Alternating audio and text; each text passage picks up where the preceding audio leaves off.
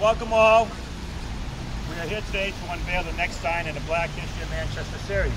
This is the fourth sign in the series, and I hope to have many more done.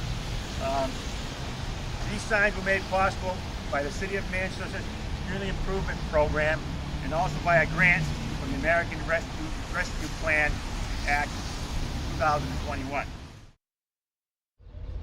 So in 1775, just after New Hampshire ceased being a province and became an independent state, a census was taken here. What that census wanted to know was how many inhabitants lived in each town, including how many were enslaved for life. They also wanted to know how many guns were available and how many people were capable of using them guns and how much gunpowder each town had. It was the start of the revolution. They wanted to know where we stood.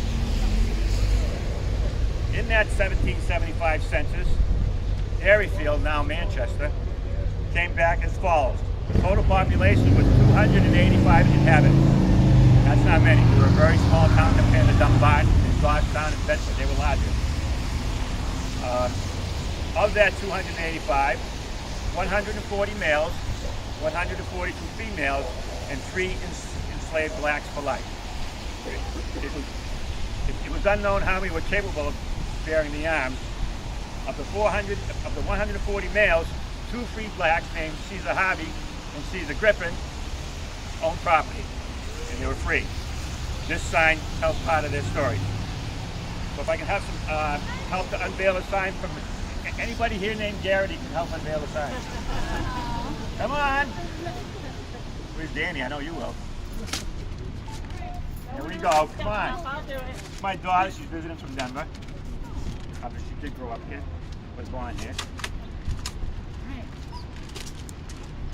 This was kind of ripped off over the past weekend. I don't know why. I think alcohol might have something to do with it.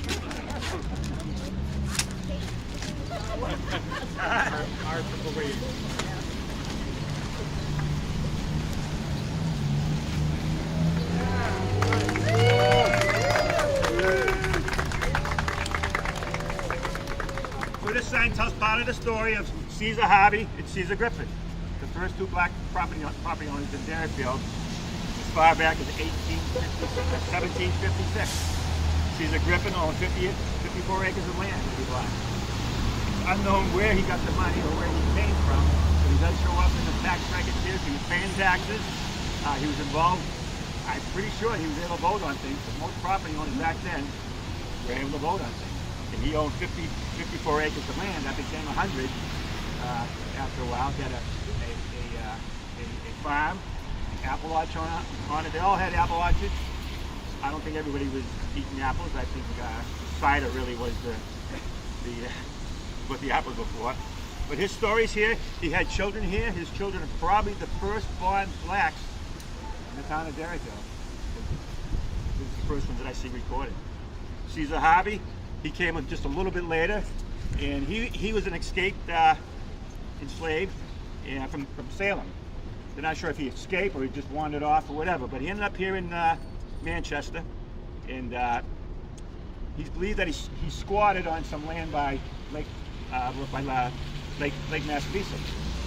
and eventually he came to buy that land off the owner.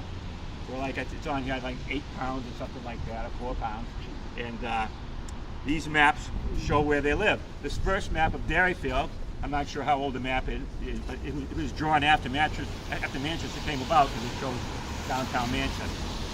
But Caesar Harey's property was right here on this little elbow here at Massapequa Lake. If you look closely, it says C. Harey for Caesar Griffin. His property is right there. And he had a well-known beach there. It was called Caesar's Beach. This is a photo of what Caesar's Beach looks like now. This is a property map where Caesar Griffin's property was. So this road here is Mammoth Road, South Mammoth Road, Corning Road, and Lucas Road. Right now, that is it's a forested piece of land. If you walk in there, it's beautiful. He eventually will own all this. His son even made it bigger, I think, out to here. There's actually a cellar hole here. here on Lucas, and then there's another one over here after they changed. So there's the most stuff in here. So the sign explains the story. The QR code is on here. I don't have this sign on the Facebook page yet because I had to uncover it, take a picture of it. So today we'll take a picture of it. Okay, so that's yours to enjoy. So thank you all for coming.